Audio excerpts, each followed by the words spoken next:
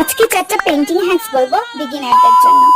1 number টিপ, masking tape খোলার পরে আশেপাশে যখন বিভিন্ন ধরনের রং লেগে যায়, সাদা কালার ব্যবহার করলে সেগুলো আর বোঝা যায়।